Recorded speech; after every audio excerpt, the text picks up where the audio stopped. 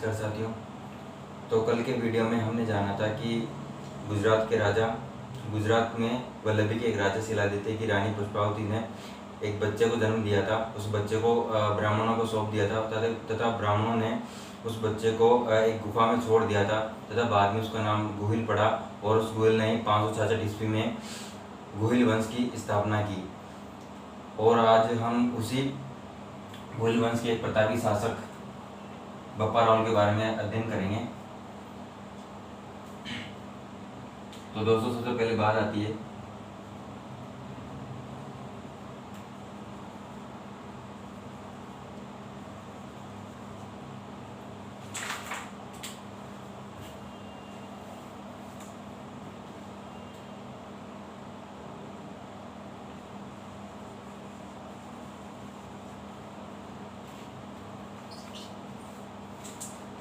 सबसे पहले बात आती है इनके मूल नाम की।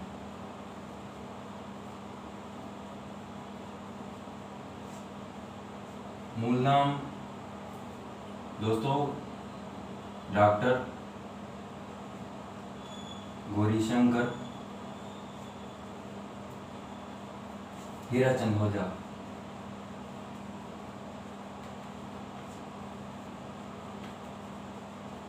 इनके अनुसार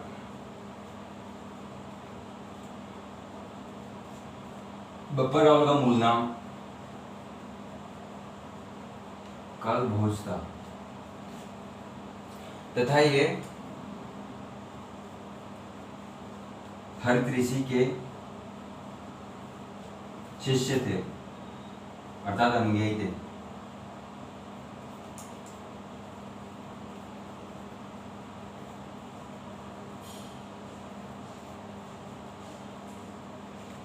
तो दोस्तों, बप्पा रावल हरित ऋषि के अनुयायी थे।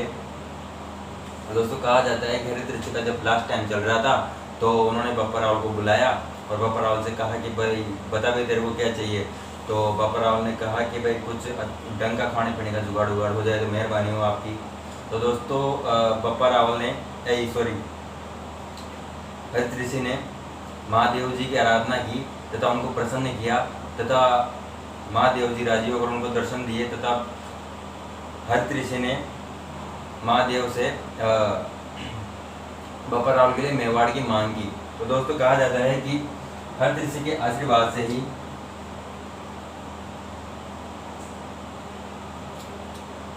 से ही बप्पा रावल ने चित्तौड़ के राजा मानमोरी को 734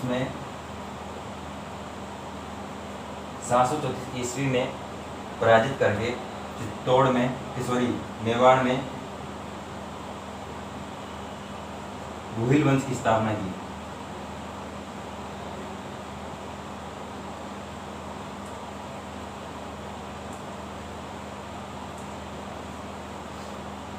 दोस्तों, उस समय पहले बप्पा रावल नागदा में रहा करते थे तो उन्होंने कहा कि हम तो भाई राजधानी नागदा को बनाएंगे।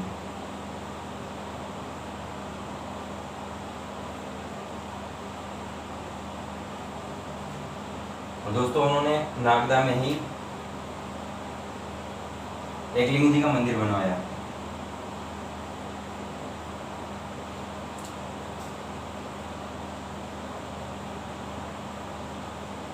तो दोस्तों, एकलिंग जी कौन? एकलिंग जी महादेव जी कहाँ रहते हैं कि कैलाश पर्वत पर। तो दोस्तों, नागदा का नाम ही पड़ गया कैलाशपुरी। अब आपके एग्जाम में अगर क्वेश्चन आ जाए एकलिंग जी के बारे में तो अगर स्थान पूछे तो अगर नागदा है तो भी सही है, नागदा है तो भी सही है और कैलाशपुरी है तो भी सही है।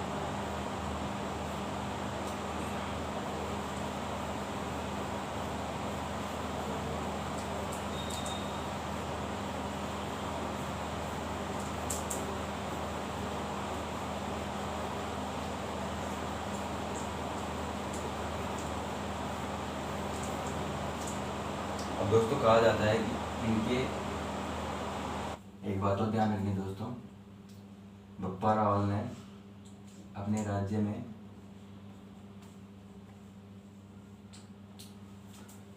सोने के सिक्के चलाए थे दोस्तों।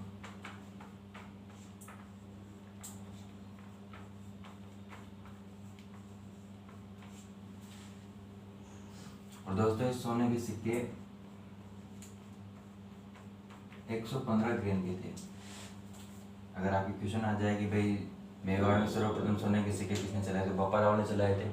और कितने ग्राम के चलाए थे, तो 115 ग्राम के चलाए थे। और दोस्तों में बात करें अभियान,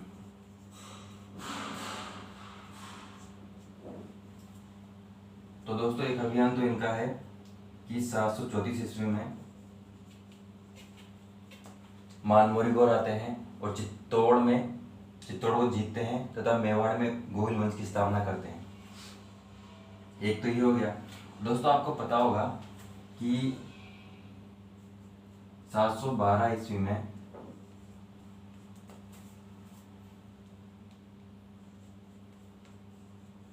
मोहम्मद बिन कासिम का आक्रमण होता है।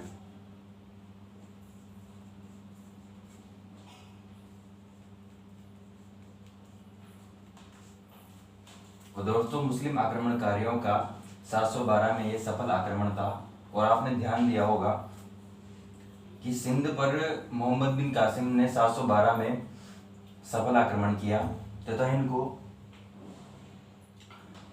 इन मुस्लिम आक्रमणकारियों को दिल्ली तक पहुंचने के लिए 1192 यानी तराइन का द्वितीय युद्ध, जो कि पृथ्वीराज चौहान और मोहम्मद घोरी के बीच में लड़ा गया था,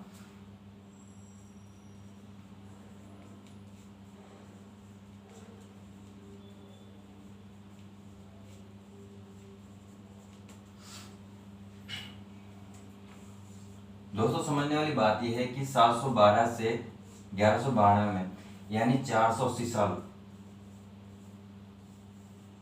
आपको क्या लगता है दोस्तों, इन 480 सालों में क्या भारत पर आक्रमण नहीं हुए थे? हर पल आक्रमण हुए हैं, हर समय आक्रमण हुए हैं, हर क्षण भारत इन मुस्लिम आक्रमणकारियों से खतरे में रहा है। तो आखिर इन मुस्लिम आक्रमणकारियों से भारत की रक्षा आखिर किसने की? तो दोस्तों वो रक्षा की है राजस्थान के राजपूताने के उन वीर योद्धाओं ने, उन वीर राजाओं ने, जिनके बारे में पढ़ते हैं कि उन राजाओं के बारे में पढ़ते हैं कि हम पढ़ेंगे कि मिहिर भोज प्रतिहार, हम पढ़ेंगे पुलकेशियन के बारे में, हम पढ़ेंगे कुमान के बारे में, हम पढ़ेंगे नागभट्ट के बारे में, हम पढ़ेंगे बप्पा रावल के बारे में, हम पढ़ेंगे पृथ्वीराज चौहान के बारे में। तो दोस्तों बप्पा रावल के बारे में बताते हैं कि अफगानिस्तान में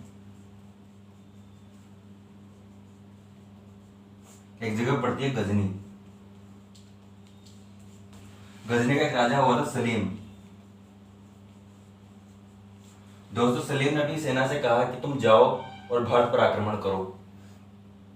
तो जब बप्पा रावल ने सलीम की सेना को भगा भगा के मारा था दोस्तों, और दोस्तों भगा के मारा ही नहीं, ठेठ गजनी तक ले गया तथा गजनी में सलीम को हटा के खुद के भाणजे को वहां का राजा बनाया।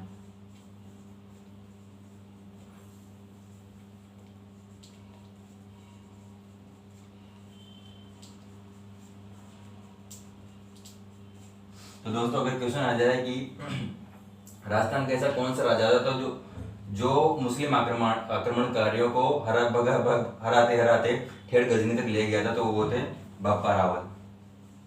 ठीक है दोस्तों।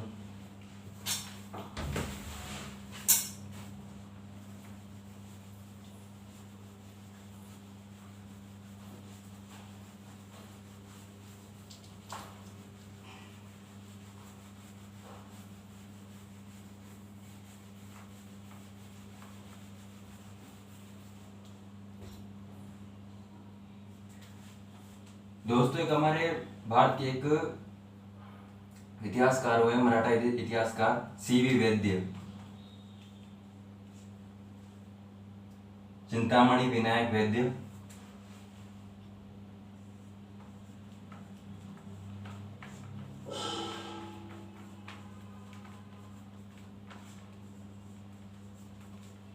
दोस्तों ये कहते हैं कि जिस प्रकार यूरोप में मुस्लिम आक्रमणकारियों का सामना चार्ल्स मार्टिन कर रहे थे,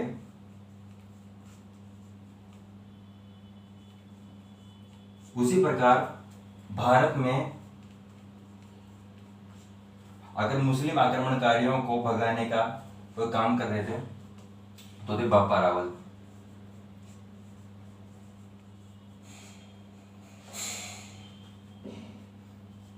तो दोस्तों इस चीज की बात ध्यान रखनी है कि सिविल वैद्य चार्ल्स मार्टेल से बापा रावल की तुलना करते हैं दोस्तों, इतनी सी बात ध्यान रखनी है। और एक और बात, कोमलगढ़ प्रशस्ति में बापा रावल को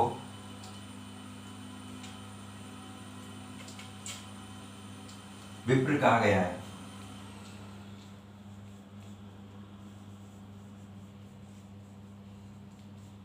तो दोस्तों अगर क्वेश्चन आ जाए कि कोमलगढ़ प्रशस्ति में किस राजा को विप्र कहा गया है, तो वो है अपने बापा रावल। और आगे नेक्स्ट उपाधियां।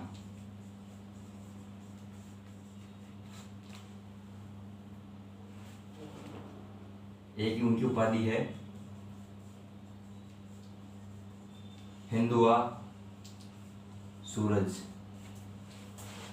नेक्स्ट है चकवे। और एक आती है दोस्तों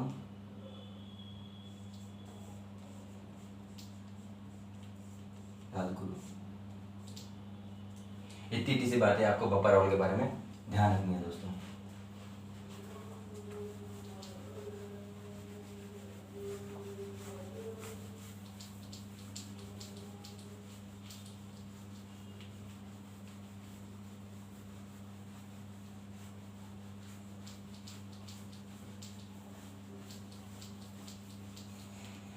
अगले जो अपने राजा आते हैं वो हैं राव अल्लट।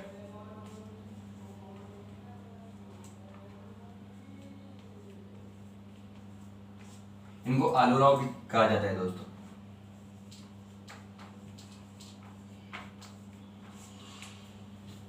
इनके बारे में बताऊं दोस्तों तो मैं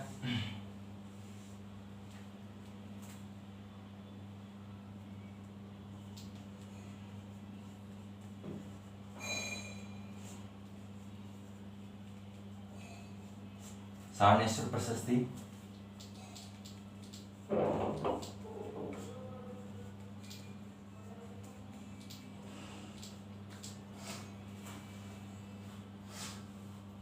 तो दोस्तों सारणेश्वर प्रशस्ति में बताया गया है कि राव अल्लट ने आहड़ को अपनी राजधानी बनाया था।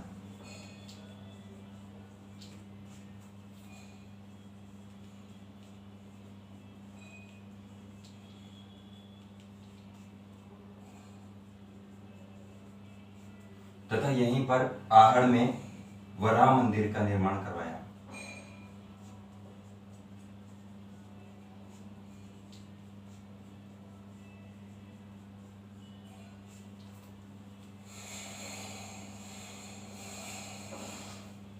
और दोस्तों इसी सारणेश्वर प्रशस्ति में एक और बात पता चलती है कि इसमें कर व्यवस्था इसमें मेवाड़ में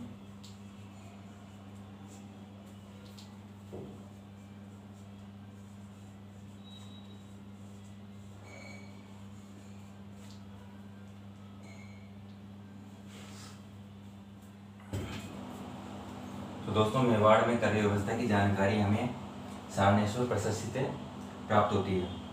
दोस्तों 8 अभिलेख में बताया गया है कि राव अल्लट जी ने मेवाड़ का प्रथम अंतरराज्यीय विवाह किया था।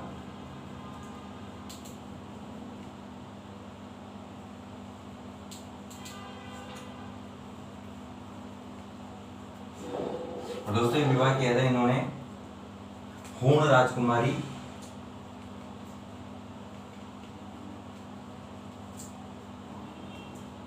हरिया देवी से।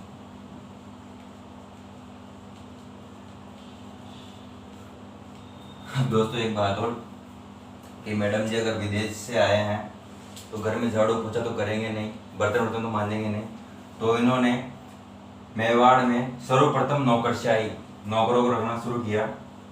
तो दोस्तों सारणेश्वर प्रशस्ति में बताया गया है कि मेवाड़ में सर्वप्रथम नौकरशाही की अगर किसने शुरुआत की थी तो राव अल्लट जी थे।